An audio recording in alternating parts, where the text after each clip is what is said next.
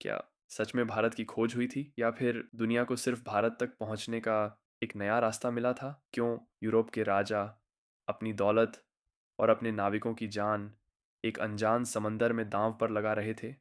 और कैसे सिर्फ मसालों की खुशबू ने पूरी दुनिया का इतिहास बदल दिया? आज हम जानेंगे भारत की खोज की पूरी सच्चाई, शुरुआत से अंत तक।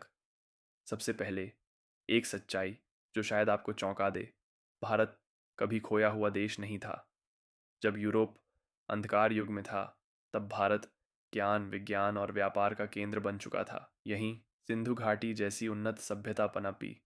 यहीं गणित और खगोल शास्त्र ने नई ऊंचाइयां छुईं और यहीं से दुनिया को मिला शून्य।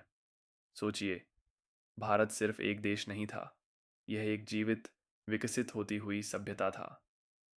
आपने अक्सर सुना होगा, भारत को सोने की चिड़िया कहा जाता था, लेकिन ये सिर्फ एक उपनाम नहीं था, ये उस समय की सच्चाई थी। भारत में बेहतरीन कपास और रेशम बनता था, दुनिया के सबसे कीमती मसाले मिलते थे और गोलकुंडा जैसे इलाकों से हीरे निकलते थे।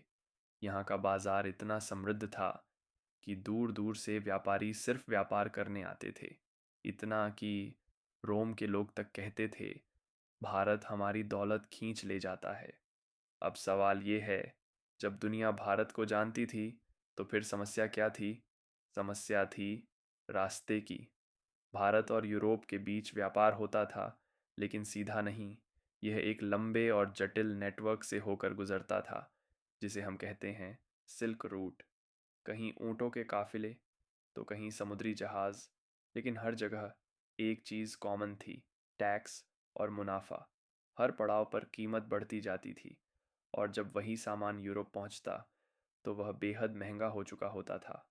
फिर आया 15वीं शताब्दी का एक बड़ा मोड़, जब ओटोमन साम्राज्य ने कॉन्स्टेंटिनोपल पर कब्जा कर लिया, और इसके साथ ही यूरोप से एशिया के प्रमुख व्यापारिक रास्ते लगभग बंद हो गए। अब यूरोप के सामने एक ही सवाल था, या तो महंगा सामान खरीदो या खुद रास्ता खोजो। और यहीं से शुरू हुआ समुद्री खोज का नया युग। आज के समय में जीपीएस और मैप्स के बिना हम सोच भी नहीं सकते, लेकिन उस दौर में ना सटीक नक्शे थे, ना मौसम की सही जानकारी। समंदर में तूफान आते थे, जहाज टूट जाते थे, और कई नाविक कभी वापस नहीं लौटते थे। फिर भी लोग निकले, क्योंकि मंजिल थी भारत तक सीधा रास्ता। सबसे पहले कोशिश की एक नाविक ने, क्रिश्चियन कोलंबस। उसने सोचा, अगर मैं पश्चिम की तरफ जाऊं तो भारत पहुंच जाऊंगा। लेकिन किस्मत को कुछ और मंजूर था। 1492 में वह अमेरिका पहुंच गया, और उसे लगा कि वो भारत पहुंच चुका है। यही वजह है कि आज भी अमेरिका के मूल निवासियों को इंडियंस कहा जाता है। लेकिन असली कहानी अब शुरू होती है। वास्को द गामा 1497 में वह 4 जहाज़ों के साथ निकला। धीरे धीरे अफ्रीका के तटों से नीचे उतरा, केप ऑफ गुड होप को पार किया, और फिर पूर्वी अफ्रीका पहुंचा, जहां उसे एक मार्गदर्शक मिला। और आखिरकार 1498 में वह कालीकट भारत पहुंच गया। जब वास्को डी गामा भारत पहुंचा, तो उसकी मुलाकात हुई कालीकट के शासक जमोरिन से। लेकिन एक बात बहुत दिलचस्प थी, वह जो तोहफे लेकर आया था, वो भारत के स्तर के हिसाब से बहुत साधारण थे, क्योंकि भारत पहले से ही समृद्ध था। अब सबसे बड़ा सवाल, क्या वास्को डी गामा ने भारत की खोज की? सच ये है, नहीं। भारत पहले से था। यहाँ लोग थे, सभ्यता थी, व्यापार था, खोजा गया था सिर्फ एक नया रास्ता, एक ऐसा रास्ता जिसने इतिहास की दिशा बदल दी। इस खोज के बाद यूरोप और एशिया सीधे जुड़ गए, व्यापार कई गुना बढ़ गया। लेकिन इसके साथ ही एक और चीज़ शुरू हुई, उपनिवेशवाद। धीरे धीरे विदेशी ताकतें भारत में आने लगीं।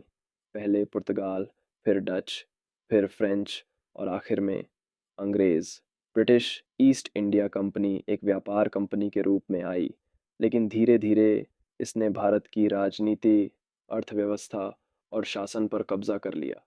तो दोस्तों, भारत की खोज की कहानी असल में एक भ्रम है। भारत कभी खोया नहीं था, और न ही उसे खोजने की ज़रूरत थी। खोजा गया था सिर्फ एक रास्ता जो दुनिया को भारत तक ले आया। भारत सिर्फ एक देश नहीं है, ये एक इतिहास है, एक विरासत है और ये हमेशा से दुनिया का केंद्र रहा है।